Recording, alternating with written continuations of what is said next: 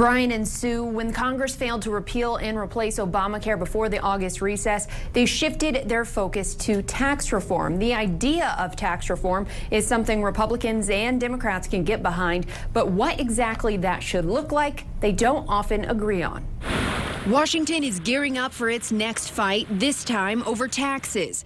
Democratic Senator Debbie Stabenow says she wants to see tax reform, but not tax cuts for the rich. That's why she introduced what she calls the Growing Small Business Act, which would give 25% cut in their taxes for equipment and buildings when someone's starting their own business. Republican Senator Rob Portman wants to change the tax code to spur wage growth, but he said the Senate cannot just give up on health care and move on to tax reform. They go together, you know. Let's try to get these costs down on health care. At the same time, we let people take home a little more in their take-home pay.